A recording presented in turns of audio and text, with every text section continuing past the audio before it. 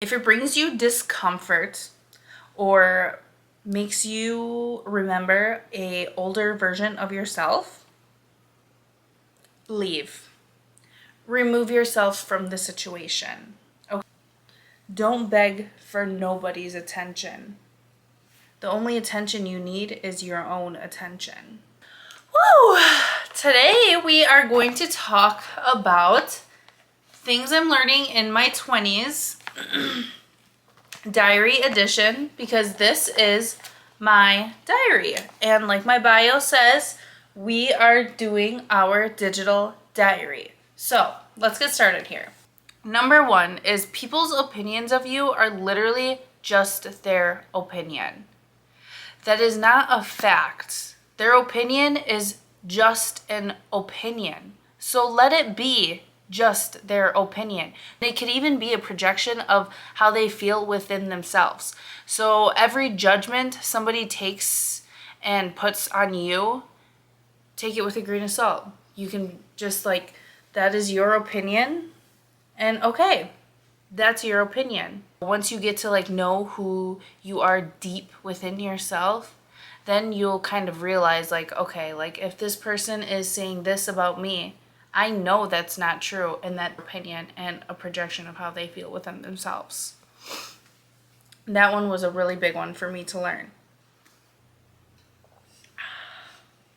I'm drinking my water just like this because I got my wisdom tooth pulled today, actually. So no straws for Nayeli. No straws for Miss Nayeli. It's a big one for us women. But do not let men distract you, okay? Whoever's distracting you, this male figure or another female figure, don't let them distract you. Are they bringing you to a higher level and a higher version of yourselves? Are they paying your bills? Are they making you more money? No. If the answer is no, don't let them distract you. Okay? Okay. Confessing your sins is also very important, and talking with God, just you and him, and being like, God, yes, I did this. Yes, I did that. And I want to confess. I want to give you my sins, and I want to live a less sinful life. That helped me a lot, as well as listening to less music that's talking so negatively upon women. I really have been trying to incorporate more worship, Christian R&B, because I'm a big R&B girl. And ever since I've started listening to things like that, it's helped me a ton. As well as the movies you're watching. I don't even really care to watch scary movies anymore because it doesn't make me feel good. I'm a big chick flick, 1990s 2000s movie type of girl, because they usually end with a happy ending, and when the movie's done, you feel happy, you feel good. I don't like watching movies that make you feel scared or have any sort of effect on your mental health, making you feel scared. So that's also been helping me a lot. And try not to plan everything. Just go with the flow. Give yourself a break. Go with the flow. You don't have to sit and plan every single minute of your life. It's nice to just give yourself a break and kind of just go with the flow of things, and kind of let things be and let things happen. Just because I feel like life is truly a puzzle piece, and all of the pieces are going to connect. That's what really helps me a ton, because life is so confusing, especially as a young woman in our 20s. It can be very hard to navigate things and very easy to get confused and to feel lost. So when you just give your life to God and let God guide you, get off of your phone. Don't become addicted to your phone. Don't let yourself get addicted and start mindlessly scrolling for hours and consuming so much of other people's lives, because it's just really kind of blocking you from your life. If you're consuming other people's lives, you're not fueling your brain enough to make your life better. You can't save people. You can't heal people. People can only save themselves. People can only heal themselves. If they want it, they want it.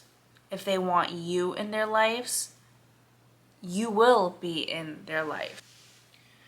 Ooh, I like these, but going through periods of extreme isolation are going to teach you so much, and they're going to open your eyes to so many things. I would highly suggest going through maybe a month or even 2 weeks, depending on how much of a social person you are.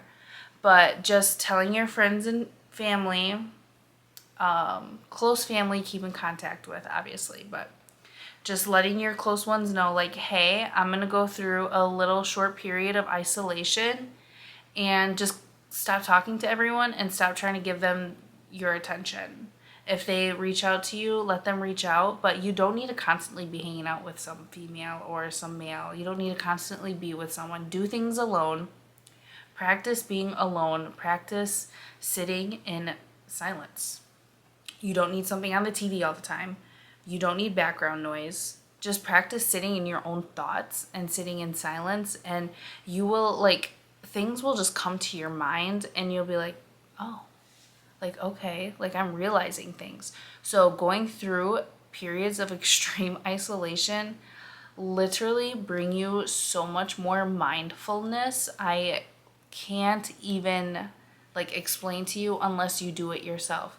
But as long as you just don't do it and get too extreme with it, because loneliness is huge and you can become very lonely when you do periods like this. Been there, done that. Loneliness will take a huge toll on your mental health. So try not to let yourself get to that point of loneliness, because it freaking sucks. And not only does loneliness take a huge toll on your mental health, it takes a toll on your physical health as well. If it brings you discomfort or makes you remember an older version of yourself, leave. Remove yourself from the situation. Okay, I will give you an example. The bars that I used to go to in my hometown, I will not go to them anymore. I will not go to those bars because it just reminds me of an old version of myself that I no longer want to be reminded of. So why would I bring myself in that environment to remind myself of the kind of person I was in the past? It's just a huge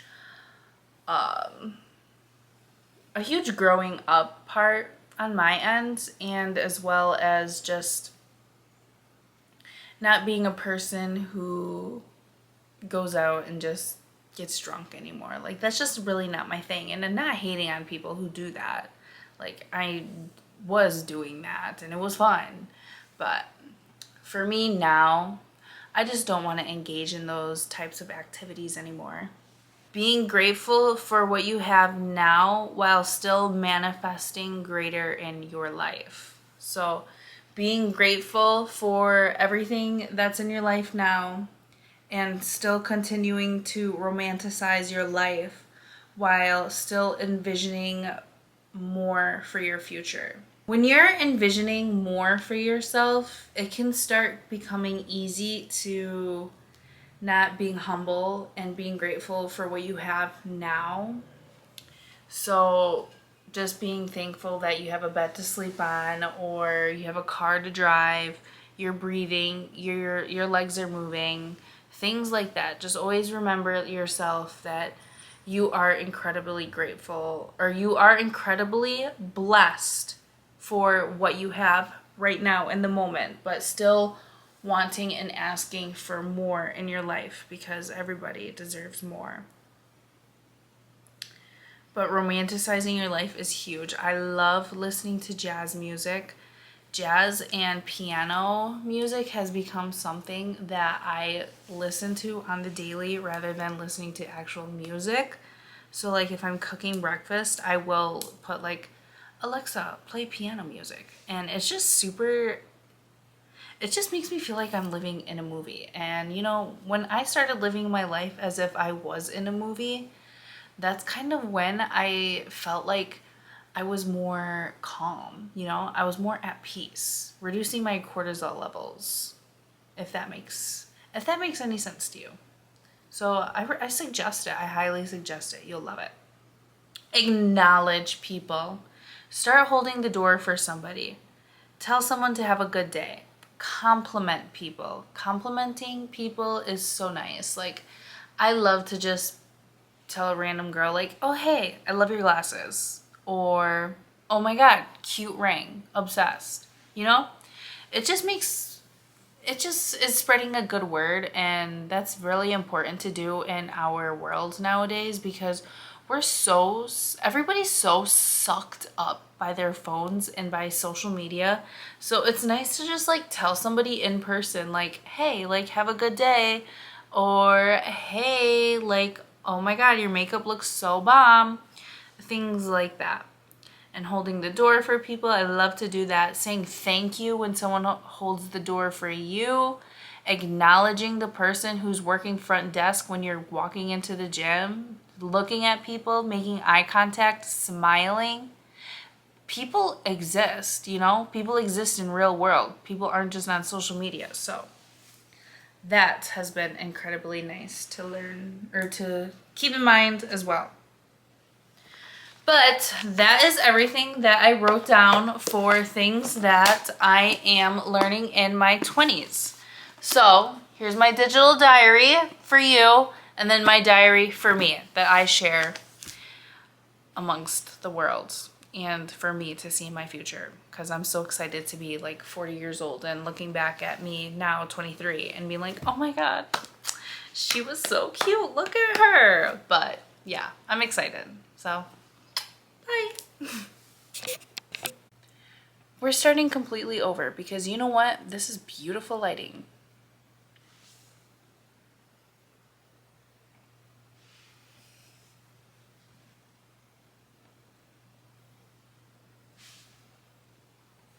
Okay,